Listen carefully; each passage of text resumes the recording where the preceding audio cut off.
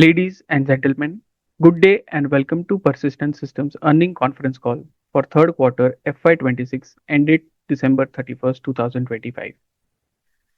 We have with us today on the call Dr. Anand Deshpande, Chairman and Managing Director, Mr. Sandeep Kalra, Executive Director and Chief Executive Officer, Mr. Vinit Teredesai, Executive Director and Chief Financial Officer, Mr. Jaideep Dhok, Chief Operating Officer, Mr. Debashish Singh, Chief Information Officer, and Mr. Saurabh Dwivedi, Corporate Vice President, Finance and Strategy.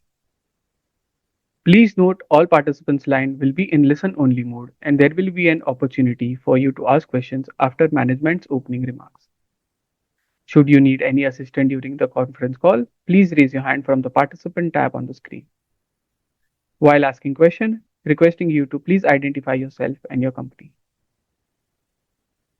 Please note this conference is being recorded. I now hand over the conference to Mr. Saurabh Dwivedi. Thank you, and over to you, sir.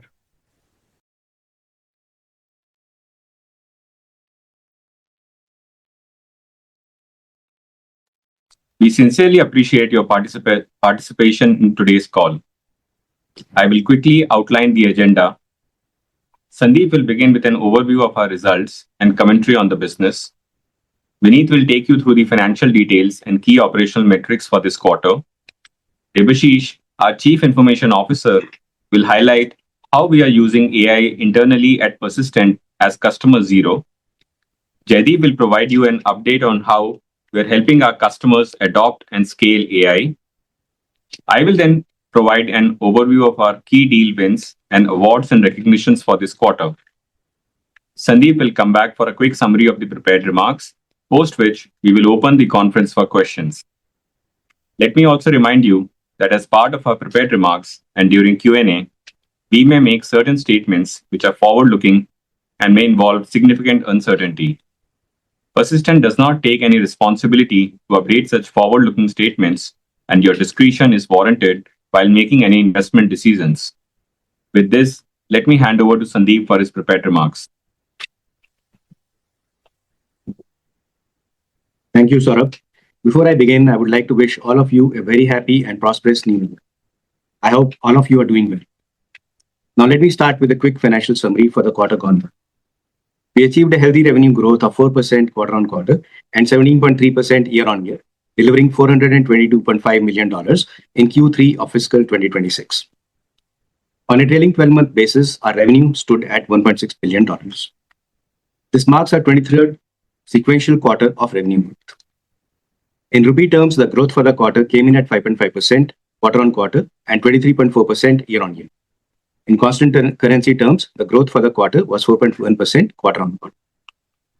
As you might be aware, new labor codes were recently announced in India, which required additional provisioning for gratuity payment and leave encashment, leading to an impact of 2.3% on the EBIT margin and approximately 1.8% on the PAT margin.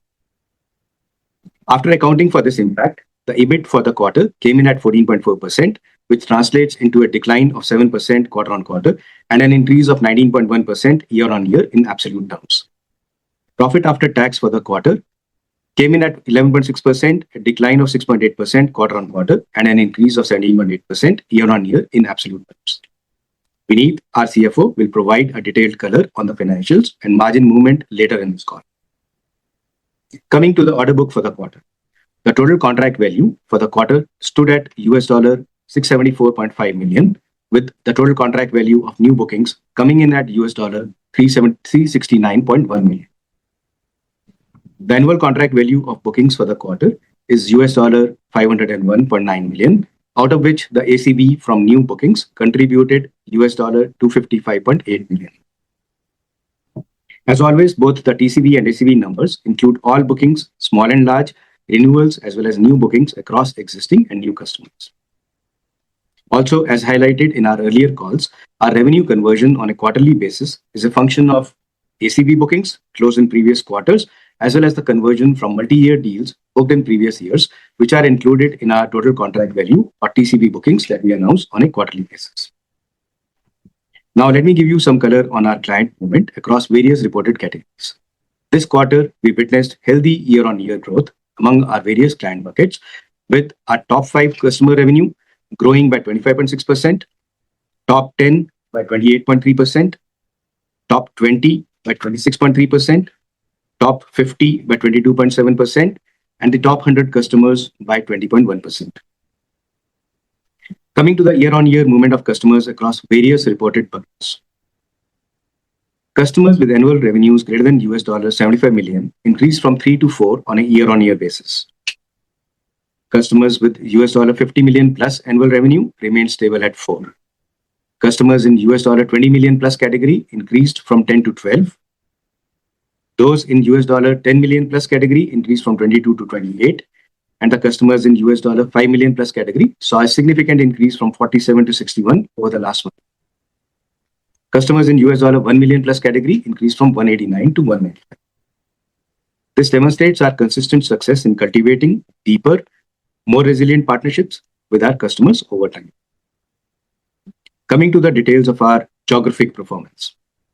In terms of year-on-year growth this quarter, in USD terms, North America revenue grew by 18.6%, Europe grew by 22%, India declined by 2.5%, and rest of the world grew by 37.9%, although in a smaller base.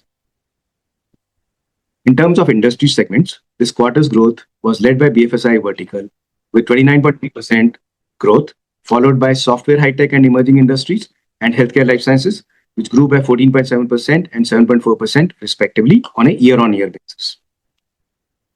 Coming to the update on interim dividend. I'm pleased to share with you that the Board of Directors has declared an interim dividend of rupees 22 per share on face value of rupees 5 per share. It's our endeavor to maintain a consistent dividend payout ratio while we augment our growth through capability-led acquisitions. Coming to other organizational updates. I'm pleased to share an update on our annual planning exercise, which we call the Huddle. The Huddle successfully concluded last week in Pune. This year's Huddle brought together about 650 senior global leaders across sales, delivery, and enabling functions, making it one of our most comprehensive strategic gatherings to date.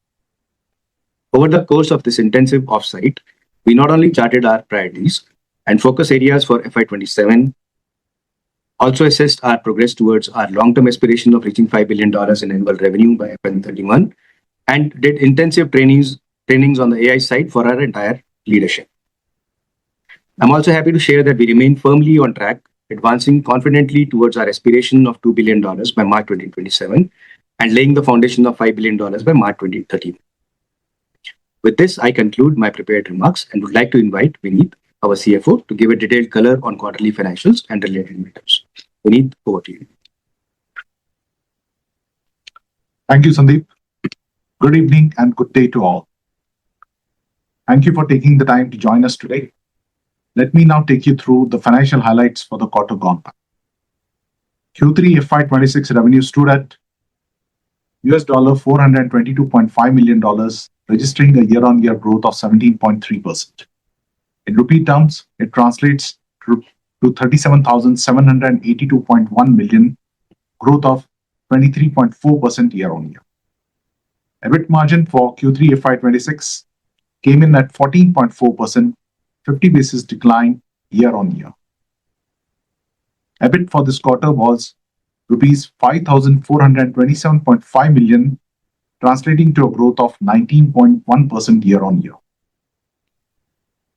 Let me now give you a quarter-on-quarter EBIT margin walkthrough. Starting with the tailwinds this quarter.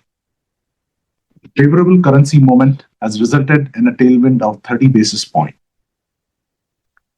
Lower subcontractor cost has contributed to 20 basis point improvement in margins. A combination of higher utilization at on-site, pyramid rationalization, and SG&A optimization resulted in a margin benefit of 40 basis points. As we have been sharing with you, a greater proportion of our services engagements are now driven by our AI platform and tools. Our commercials with the customers are also evolving to include a combination of people and tool-driven pricing models. Couple of engagements of this nature, which we signed in the last quarter and which are now scaling up, have contributed to an improvement in margin by 150 basis points. In terms of headwinds, as we have mentioned last quarter, wage hike awarded to employees effective October 1, 2025 has resulted in a headwind of 180 basis points.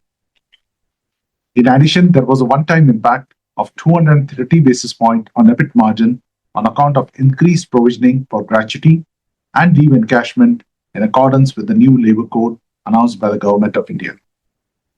Going ahead, our provisioning will be in accordance with the new labor codes.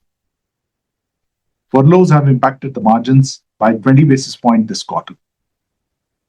All these headwinds and tailwinds put together have resulted in a 190 basis point impact on our EBIT margin on a quarter-on-quarter basis.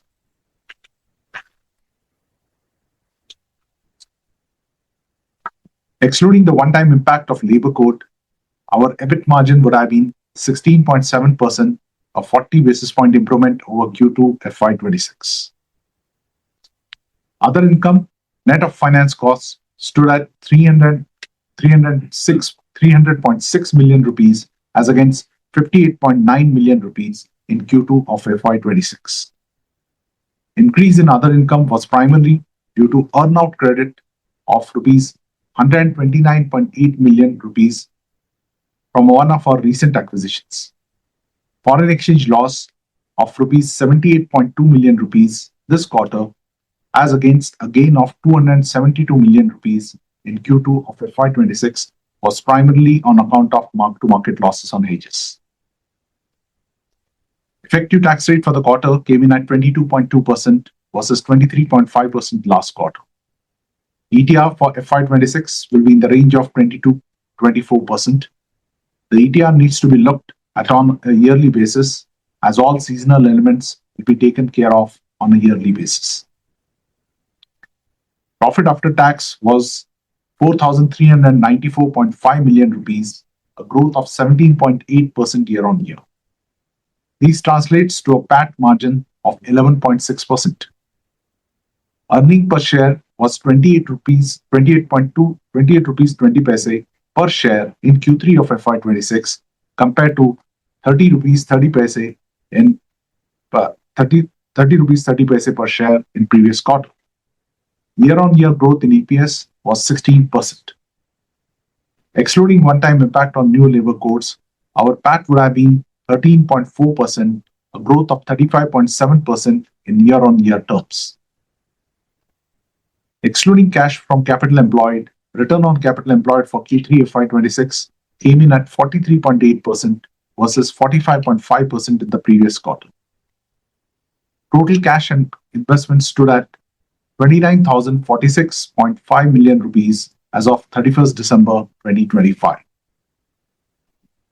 In this quarter, billed DSO came in at 57 days, while unbilled DSO came in at 24 days.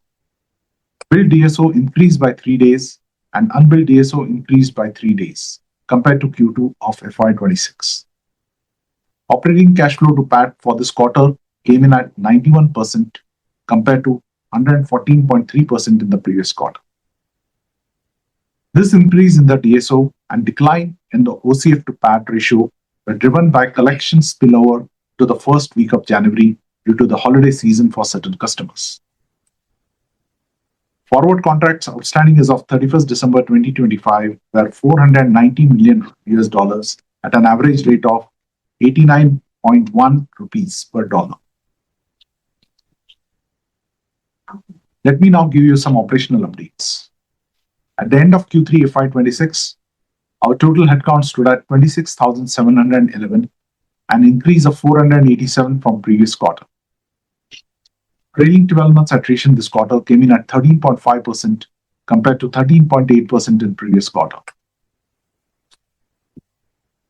Coming to updates on ESG.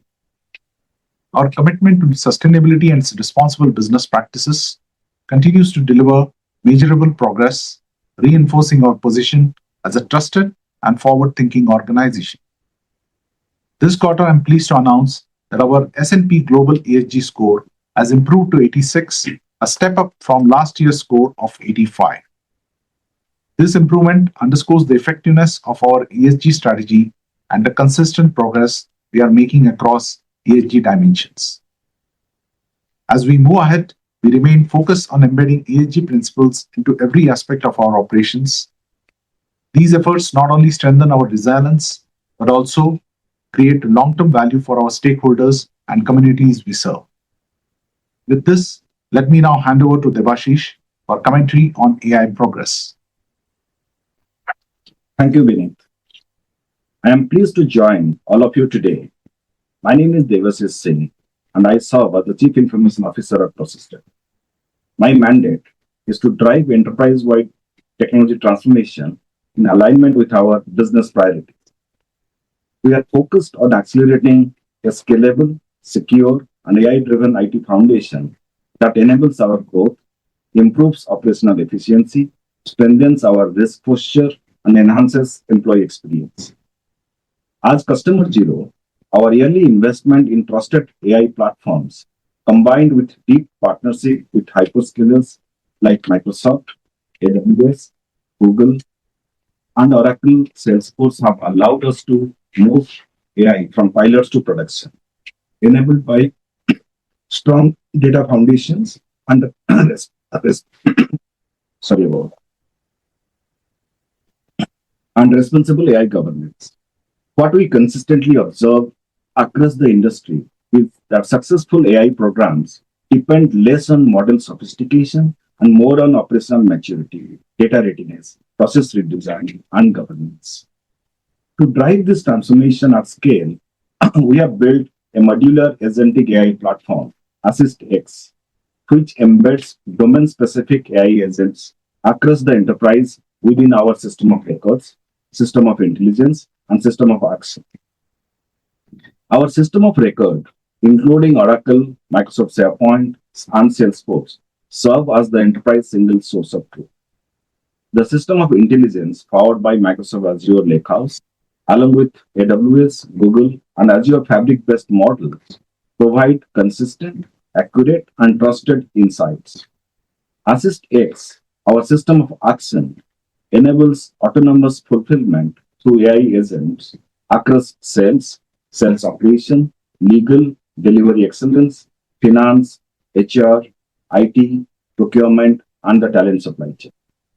AssistX is governed by our AI management system aligned with ISO 42001, ensuring responsible and secure AI operation at scale. At its core, AssistX is transforming how work gets done at Persistent. By eliminating manual bottlenecks and enabling autonomous fulfillment, it drives true enterprise hyper-productivity, enabling employees to focus on higher value, decision-making tasks, while AI agents manage operational workloads. All AssistX agents are accessible within Microsoft Teams, providing a conversational experience with human-in-the-loop oversight. To name a few examples, AssistX includes Navigate Assist and Renewal Assist in sales operations, Pi Assist and Career Assist in HR, IT Assist and Observability Assist in technology operation, Legal Assist and Contract Assist in legal. The breadth and the maturity of these agents continues to strengthen our enterprise-wide AI operating model with measurable outcomes. Since inception, our agents like Navigate Assist has reduced content search and proposal preparation time, significantly accelerating development of proposals. Pi Assist now resolves 83% of employee HR queries and workflow requests autonomously. IT Assist has reduced mean time to resolution for IT-related incidents from 3 hours to under 30 minutes, cutting manual workload by 70%. To further extend this value, we recently introduced PACS, a unified agentic interface that enables voice-driven natural language interaction and orchestrates task fulfillment through AI agents. These innovations are not only transforming Persistent internally, becoming showcases for our customers' pursuits, but also earning strong external recognition from industry-leading stalwarts and institutions. Satya Nadella, Microsoft CEO, highlighted AssistX impact in his AI World Tour keynotes, in January and December 2025. Rob Howard, VP of Product Management at Microsoft, showcased Navigate Assist Live during Microsoft Ignite 2025. Persistent was recently awarded the prestigious CII AI Award, demonstrating our leadership for responsible and scalable enterprise AI innovation. In summary, leveraging our landscape, we are building a future-ready, AI-powered digital enterprise, strengthening operational maturity, accelerating growth, positioning Persistent as a lighthouse of innovation as customer zero. Now, I will hand over to Jaideep, our Chief Operating Officer, to discuss how we are progressing externally with our customers.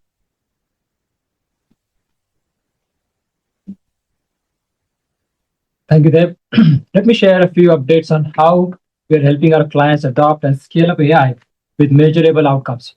Our AI execution strategy is anchored around three strong pillars: AI for technology, focused on engineering hyperproductivity; AI for business, focused on business hyperproductivity; and enterprise data readiness along with responsible AI. In engineering hyperproductivity, our AI platform for engineering, SASVA, continues to be the central driver for our clients.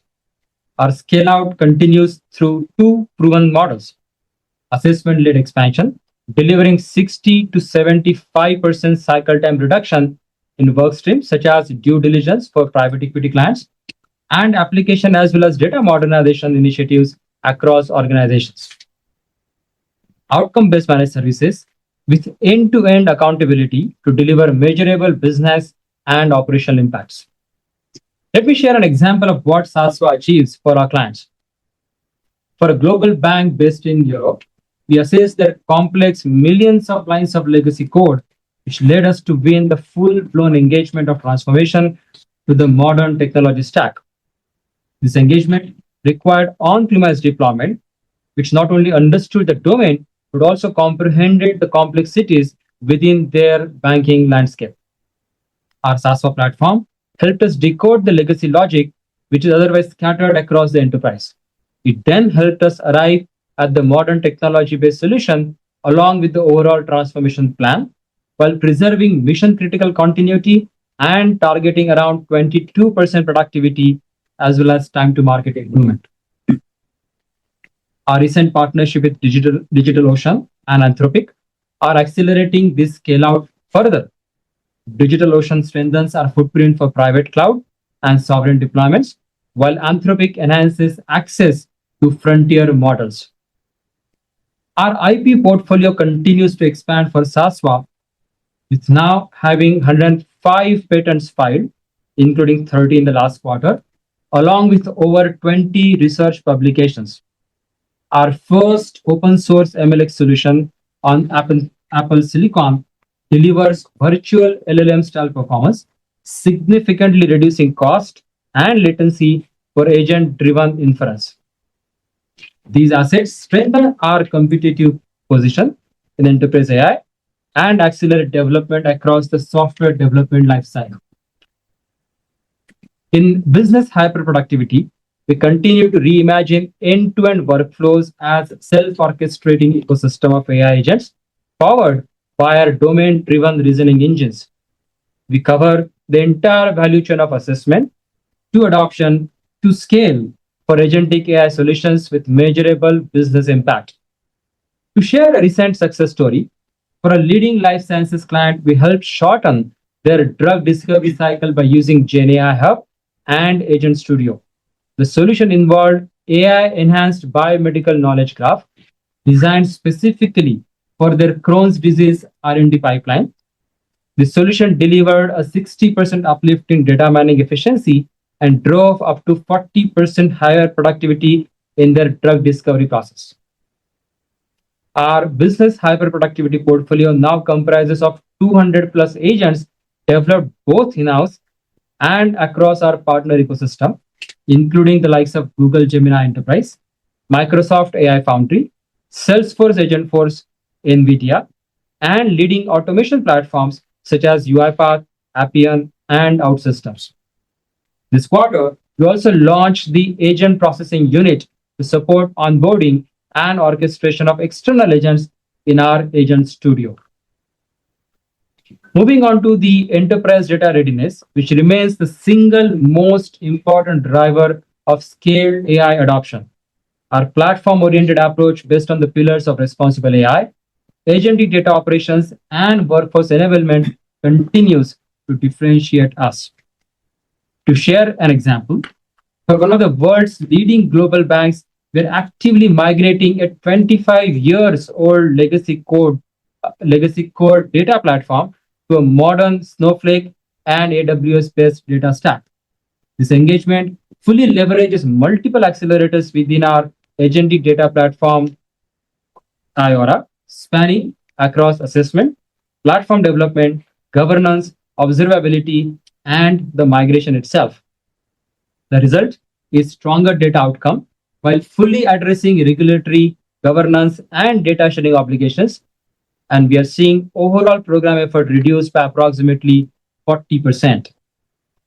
On the technology front, our strategic partnership ecosystem across the likes of Google, Microsoft, Databricks, Snowflake, and Kong continue to play an important role in accelerating AI adoption and expanding the enterprise impact for our clients.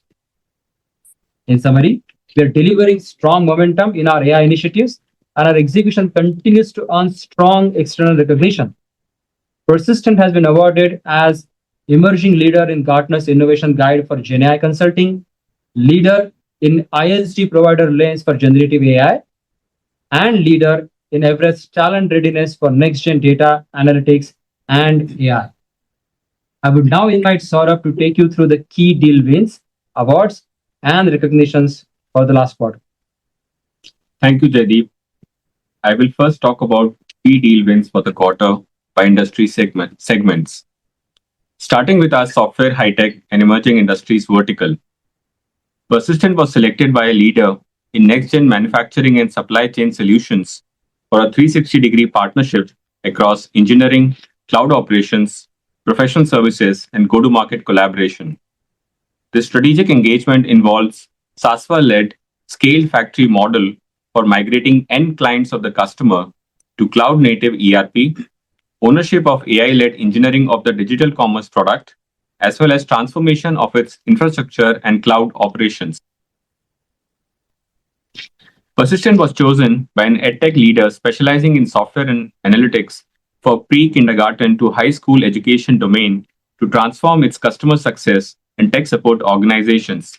We will help the customer enhance productivity of its support organization and deliver seamless, data-driven customer experiences. Persistent was chosen by a global leader in materials purity and process control in the semiconductor industry to modernize its R&D architecture. As part of this strategic engagement, we will deliver an end-to-end digital platform that will connect instruments, data, and researchers working for the customer. This integrated platform will transition fragmented and bespoke R&D efforts to a cohesive strategy and streamlined architecture that will accelerate product creation and decision-making. This is a first-of-its-kind strategic win in the materials science industry and will likely drive more opportunities in the broader semiconductor domain for Persistent. Moving on to banking, financial services, and insurance. We were selected as a strategic partner by a leading global fintech and insurance firm following its recent acquisition of a major SMB payroll and HCM provider to modernize the acquired platforms.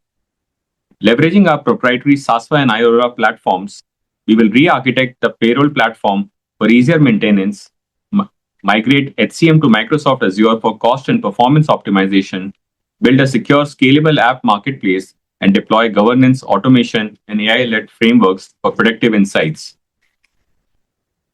We were selected as a strategic partner by a leading French multinational banking and financial services company to accelerate data platform migration and modernization.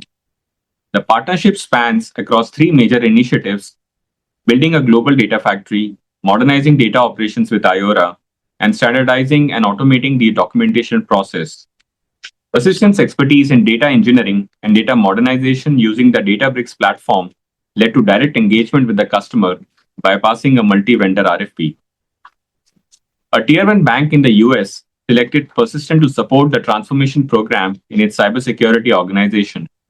The initiative drives improvement in data provisioning for monitoring and adherence, data leakage prevention, and process optimization in the identity and access management space across all of its enterprise applications.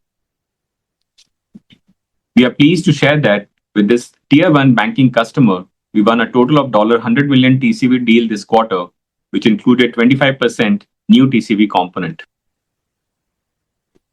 Moving next to our healthcare and life sciences vertical, Persistent was selected by a leading US-based professional organization for pathologists and laboratory professionals as an end-to-end technology partner to modernize and manage apps, data, cloud, infrastructure, and security.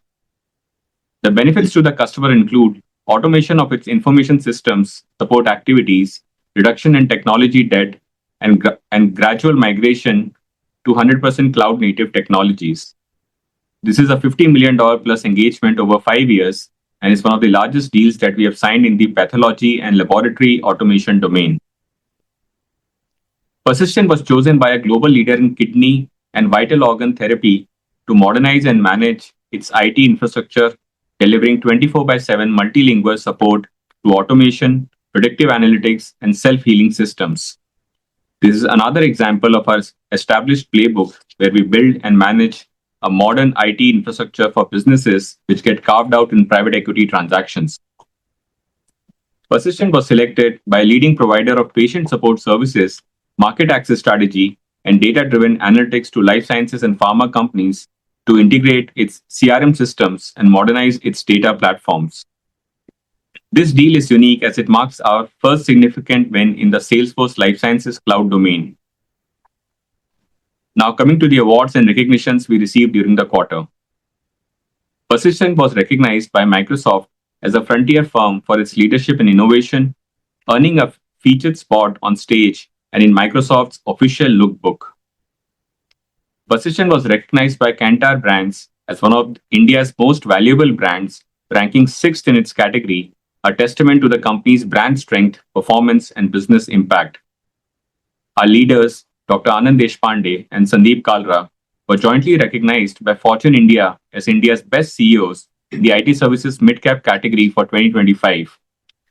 Presented by Honorable Minister Piyush Goyal, the award reflects disciplined execution and consistent ability to drive sustainable long-term value.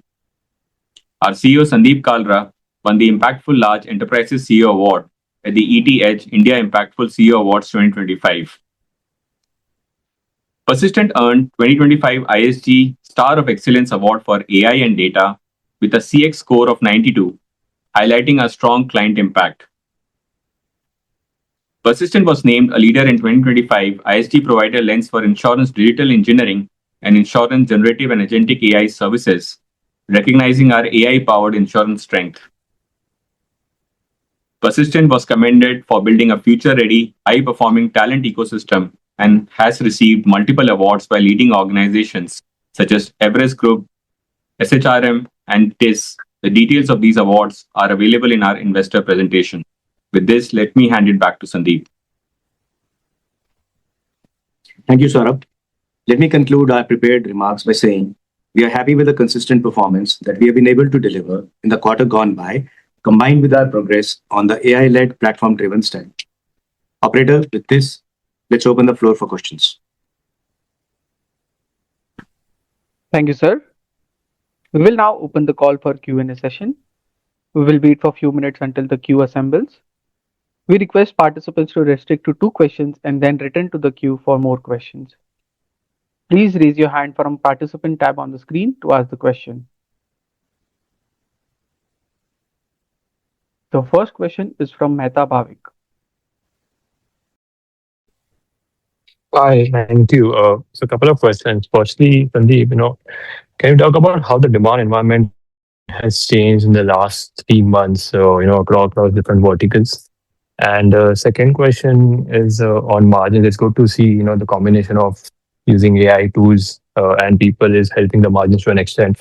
How much juice is left over here in terms of, margin tailwinds over the next 18 to 24 months? Here, were to look at your first part of it, the demand side of it. So if we were to go vertical by vertical, The good part is that we saw in the last 3 to 4 months a significant amount of discussions on application and data modernization. When it came to healthcare, life sciences, or BFSI, we also saw in healthcare, life sciences a good amount of discussions on transformation programs in mid to large firms. In high tech, we saw adoption of AI in terms of doing product development, related productivity in terms of private equity. We saw further inroads into using AI to get end-to-end programs. And that's where, when Vineet talked about it, we were able to showcase our technology, right from doing an assessment and proving to the private equity firms as well as their portfolio firms that we can do things with much better productivity and long-range savings are significantly higher. Those are the kind of tailwinds that we saw. We were able to open many new logos, and these logos, while we have won some very good deals, they have a good propensity over a period of time to grow with us. That's at a high level where we saw the demand environment. Now, if you were to look at the margin side of it, obviously, when we are able to use our technology to deliver better productivity, we are able to monetize the platforms like Sasva, Iora, GenAI Hub, and that's what we saw having an impact on the market. As far as the future is concerned, we don't give forward-looking guidance, so I'll just pause it there. Happy to take any other questions. That's helpful. Thank you.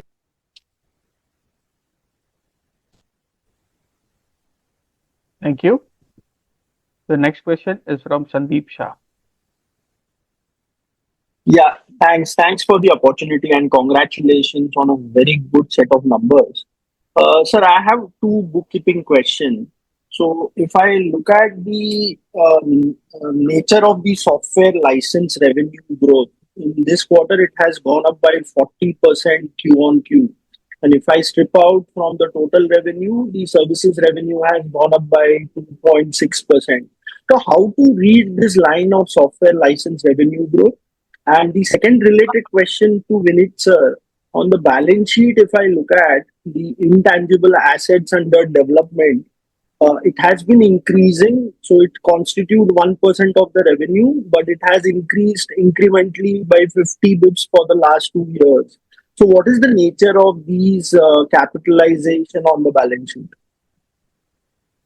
So Sandeep, I'll take the first question and I'll have Vineet answer the second question.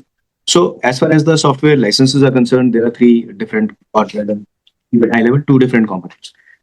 On one side, these are software licenses that are third-party software licenses, where if we are doing, let's say, cybersecurity related managed services or overall managed services, then we need certain licenses which are getting passed through us with certain margins. That's first part of it. And they are important for us to stitch together the technology stack that we take to market in order to, win deals and so on. The second part of it is where we have our own technology stack, whether it is Iora, GenAI Hub, or Sasva. More and more, we are not pricing, things in a way that we are taking these things as independent sales. These are integrated sales, and the timing of the revenue recognition will depend on how these are priced. So overall, the combination that you see, if you see the 2.6% that you've quoted on services, I would want to say over a period of time, these size, the IP and services will get clubbed together and these lines will blur. Second part on the bookkeeping, if you can. Yeah. So, Sandeep, in terms of the intangible assets that you are seeing on the balance sheet, as we called out that we have been heavily investing into developing new AI tools, productivity tools, Sasva, our platform, Iora, etc. As a result of that, we are seeing the increment that is happening on the intangible assets. I think so. They are now at a pretty good amount of maturity level, whereby these growth in these intangibles will sort of not be at the same level as what you have seen in the past. The good part is we are also being able to sort of link and generate revenue out of it, which sort of justifies the capitalization that we are seeing at this point of time. Okay, thanks. I will come in the follow-up. Thanks. Thank you. The next question is from Sukrit Patil.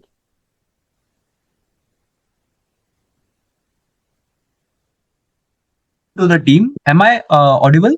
Yes. Yes. Thank you.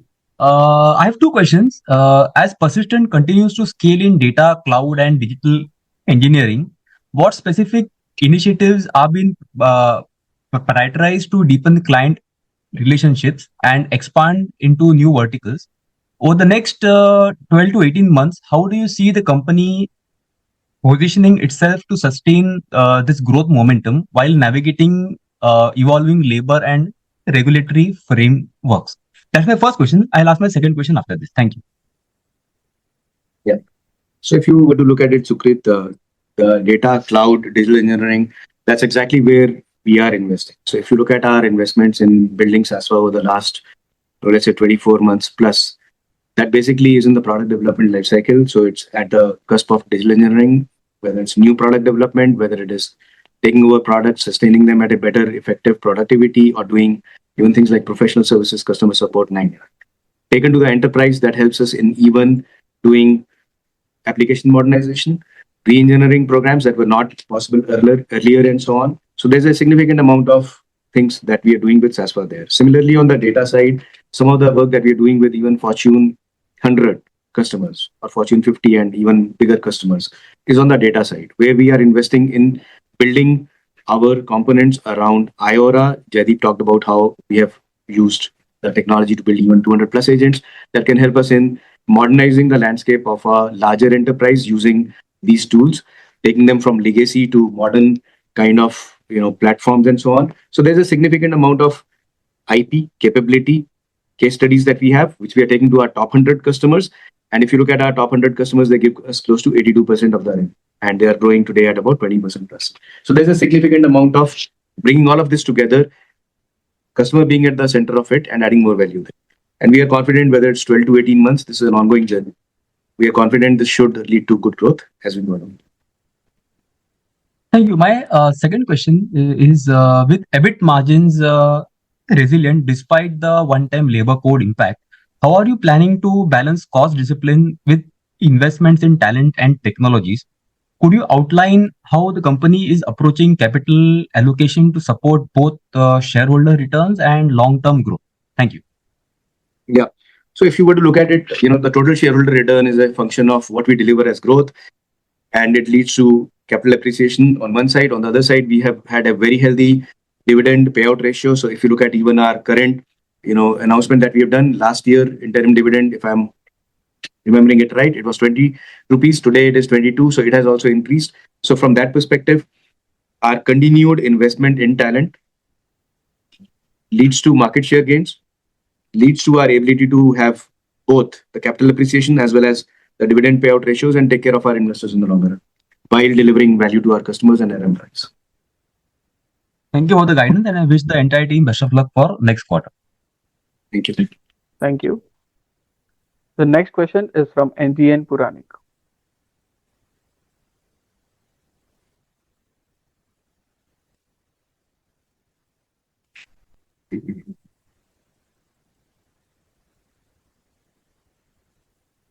Mr. Puranik, can you unmute yourself? Okay, we'll move to the next question. The next question is from Nitin Padmanabhan.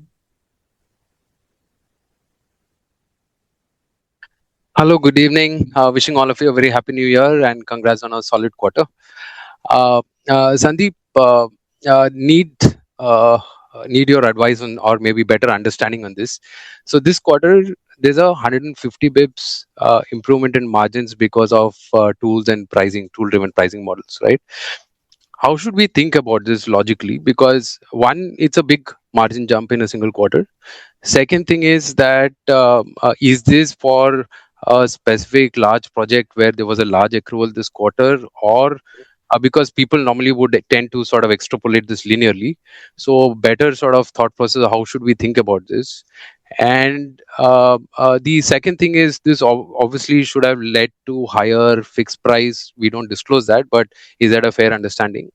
And going forward, when you think about this, over a period of time, you will have competition who also build these tools and accelerators and stuff. So at that point of time, do you think this gets sort of commoditized in some way and just comes off?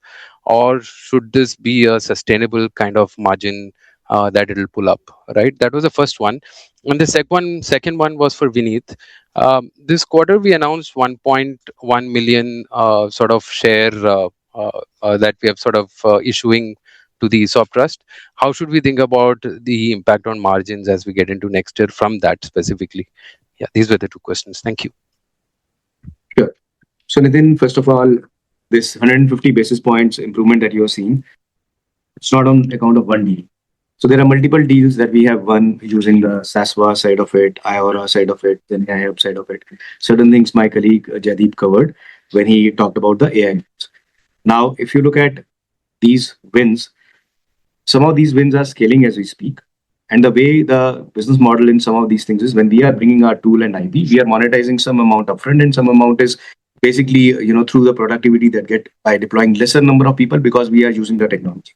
So we have to monetize this technology because we are investing on the other side as well. The earlier question about intangibles, etc., alludes to that. So we are trying to be prudent. On one side we invest, on the other side we harvest. So that is the combination. Now, as far as the competition is concerned, it will be a very healthy competition to have if everyone starts building tools, accelerators. It will also keep us on our toes. Today we have a head start, and we believe with our continued investment, we should be able to manage our competitive differentiation. We are investing on an ongoing basis. So we're happy to have more competition, but from our perspective, we have won significant deals. Those should fuel more deals, showcasing these deals with other customers. So we'll let that impact. But Do you think this sort of improves the 200 basis points that you originally thought of? You think this sort of gives a further leg up versus what you originally thought? So look, there is only this much that we want to squeeze out of the system. We want to be able to reinvest, to your point, making sure that we are ahead of the curve with respect to the technology progress in our competitive landscape. So we are not aspiring now to take it another 200% up, 200 basis points up. We are happy where we are reaching. And I think we have proven to the world we can achieve the margins we have to, and we should put this to rest. Make sure that we are a growth engine for the times. Perfect. Thank you. And Nitin, your other question with reference to the ESOP 1.1 million shares that have been allocated, this is a part and parcel of the stock options or the RSUs that have been granted in the past. And as a result of that, the cost that needs to come in as per the Black-Scholes valuation methodology is being factored in. We have called it out. These are not anything new, substantial that we have granted in the recently. So whatever we have said in the past, there was a cost that came in FY25. There is a reduction in cost that is happening in FY26. There will be a further reduction in cost that will happen in FY27. Perfect. Very helpful. Thank you so much and all the very best. Thank you. The next question is from Abhishek Pathak. Yeah, hi, am I audible? Hello, hi, am I audible? Yes, please. Yeah. Hi, Sandeep. Just a couple of questions. Firstly, the kind of tools or partnerships, we are kind of showcasing in AI. It looks like our client base is kind of, slightly more mature in the sense that we're talking less about the foundational stuff and more about sort of AI implementation, which probably happens beyond the POC stage and, beyond when the clients have already sorted their data and foundational sort of limitations, right? So how's that happening? I mean, is our client base just more mature, or is the quality of sort of clients, just that much more better? That's the first question. And secondly, on margins, I guess it's a very interesting case because while you highlight 150 bips of margin improvement because of internal tools, the revenue per employee has kind of been a little bit flat over the last let's say 3-4 quarters. So how should we sort of reconcile sort of these two numbers? And to that point, if at all the internal sort of tools kind of improve, let's say going forward as well, is there more margin juice coming from higher revenue per employee going forward, or no? So those are the two. I see Vineet smiling, but I hope the questions are slightly more relevant than that. Yeah, so we'll just keep it high level. We have 10 minutes in the call, but I will answer it at a high level. The revenue per employee, if you were to factor out the impact of the one-time thing that we talked about, you will see a certain different thing than what you're seeing right now. Obviously, the intent here is build better technology, leverage it to deliver more productivity per employee, so that our revenue and headcount have a breakage from the linear correlation that is a traditional tech services world. We'll let it pan out. This is going to mature over a period of time, and I'm hopeful that it will move in the right direction. Now, you talked about the client base, more mature, beyond POC stage. Look, in our industry, and if you look at our top 100 customers, they give us 82% of our revenue. We are trying to go deeper. We're trying to understand their business challenges better. We're trying to take our technology in the context of their business challenges, doing proof of concepts. Sometimes even a number of these are proactive, and so on, proving to them that we have the technology that can solve for their business problems. So it is not about selling a model versus another model. It is about understanding what is the business issue that we are trying to solve for, what is the right tool to bring, whether it's our tool or a partnership. And as long as we can prove, we are able to win the business. And in one of the case studies that Jaideep highlighted, this is a fairly large European bank. They were struggling to solve for a particular problem for the last several months. We did a proof of concept, which was about 3 weeks. We could prove to them that we can solve it, and it landed up in a pretty decent multi-year deal for us. So it's not about mature customers or immature customers. It's about understanding, taking our things, working with them, handholding them into this. Thanks, Sandeep. And if I will just squeeze in sort of one last question around the high-tech vertical. Some of our larger peers have indicated that spends are currently kind of tied up in capex, and there's little room for sort of the services or the software stack of it. Looks like our high-tech vertical seems to be kind of defying that particular trend. So just very curious what we are doing differently. What are we selling differently?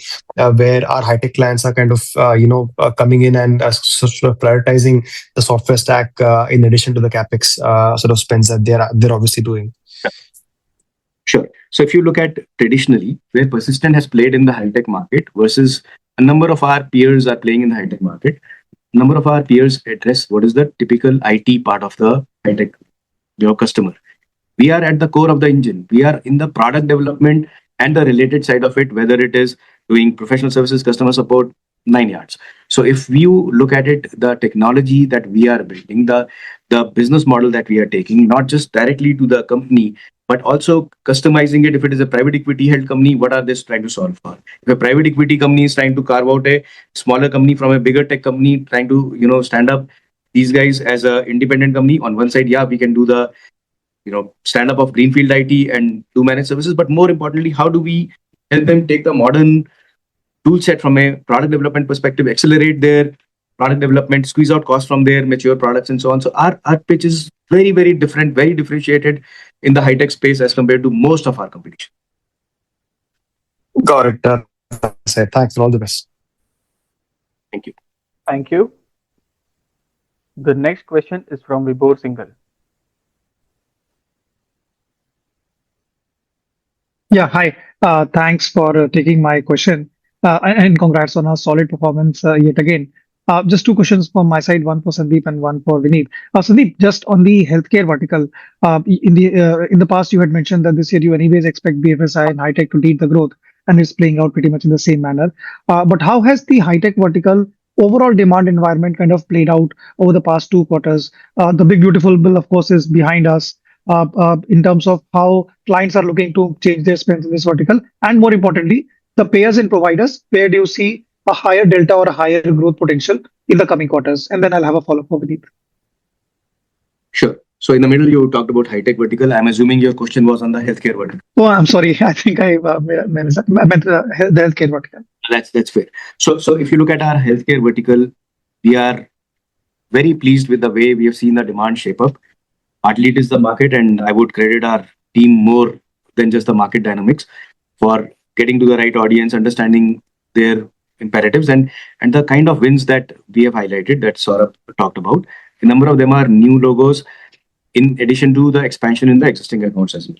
Now, if you look at it, you talked about the payer provider ecosystem. Actually, if you look at our wins, they are in the payer provider tech side of the house, provider side of the house, pharma side of the house, and so on. So it is fairly broad-based, and a number of them are forward-looking programs. So it's pretty heartening, and I'm pretty hopeful healthcare should do well with time. Got it. That's really helpful, Sandeep. Vineet, just one question.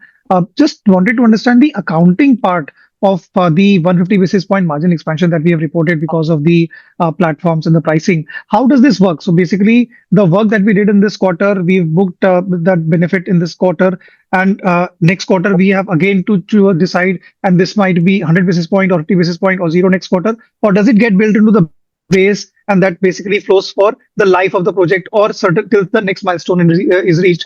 How does this work? So without getting into the details of specifics of what happens, as we said, there is a combination of multiple deals that basically have a component of certain license and services.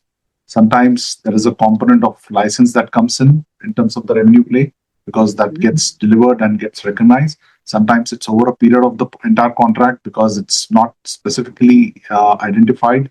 So the commercial construct defines how we recognize the revenue. If there is a specific call out, the customer wants a license, it comes into it. If it is embedded as a part and parcel of our services, it happens over a period of time. Just to add this, just think about it. There are different kind of customers in the market. If there's a private equity customer who basically has done a new co from a carve-out basis, and we are involved in engineering, they have a certain way that they want to do the upfront investment, etc. It also, our business model has to dovetail into what our customer wants. So depending on that, the revenue recognition is also a form of what the customer wants, how we are implementing the technology, how it is embedded, whether it's an outcome-based, end-to-end, and so on. So it varies. Right. So just to maybe just the last part to harp a bit more on this. This basically gets built into the base going forward. And hereafter, we could have more of such projects or some of these projects going out also. It can go either ways in terms of the margin benefit for specific projects. Absolutely. Yeah. Got it. Thank you so much, guys. I will just add to that. Our endeavor will be to have more and more such deals so that we get a revenue predictability over a period of time. Got it. Thanks a lot for taking my questions and wish you all the best. Thank you. And the last question will be from Ravi Menon. Hi, thanks for the opportunity. Congrats on a good quarter. I had a question about this last deal that you mentioned with for modernization with a bank. Could you explain what the sort of productivity benefit that you're getting in this mainframe modernization? Is it like about 20%, 30%? I think you mentioned a number, but just wanted some clarity on that. And second is on this the platforms that you have for the cyber productivity. You put in GitHub Copilot, Cursor, Windsurf, stuff like that. And are you seeing your customers actually adopt multiple platforms, or are people pretty much standardizing on using one platform? And what sort of productivity benefits are they seeing on their own without your IPs coming in? Sure. So I'll try and keep it brief. We are at 6:58. We have 2 minutes. So as far as the productivity benefit for the mainframe modernization, or I will just keep it at application modernization or platform modernization. So see, it's not just about how much effort. Effort is one part of it. But there are a number of these programs where people were not able to reverse engineer manually the business logic of these platforms because these were built over the last 20, 30 years and people have gone. It's very, very difficult. Using our platforms, we are able to get to 60-70% of reverse engineering of business logic, convert that to even an English document so that the business users can understand. And by doing this, we are able to get them off of legacy platforms, legacy technologies onto modern platforms, which are much more nimble, agile. Maybe there's a duplication of things that has happened over a period of time. The licensing cost goes down. And there are many other things like regulatory ease of explanation and so on. And so the benefits are far, far more than just a productivity gain. Now, on the second side of it, Cursor, Windsurf, Copilot. So many of our customers are adopting one. Some of the larger customers are adopting 2 or 3 as well. One of our largest fintech customers is a big time user of 2 of these platforms in conjunction with each other. And we are also a part of their ecosystem. So it is their own team as well as us who are using these tools. And from a coding perspective, just the code part of the software development lifecycle, people are able to get 20 to 25% benefit using these kind of tools from the code part of it. Hopefully that answers. Thanks so much. But since that's only just one part of the SDLC, overall, is it fair to say that the productivity benefit is something that people should not worry about too much? Yeah, that's exactly where our platforms like Sasva come in. Because when we bring in Sasva, we are talking of right from requirement gathering to grooming it into a technical kind of backlog to doing the implementation in terms of coding, release management, 9 yards. And then, even doing things like maintenance after that and so on. So all these tools are very good, but they solve for a sliver of the entire software development lifecycle. And that leaves a lot of scope for people like us to develop our platforms where we may even integrate with these tools as a part of our platform. Thanks so much. Best of luck. So with this, I think we should close the call. So just to summarize, we are confident of our progress on the technology side. We are happy with the performance that we delivered in this quarter, and we are confident of continuing the growth momentum going ahead. Look forward to giving you an update in 3 months from now. Thank you. Operator, please close up. Thank you very much to Persistence Management team. Ladies and gentlemen, on behalf of Persistence Systems Limited, that concludes today's conference. Thank you for joining us, and you may now disconnect your line and exit the webinar. Thank you.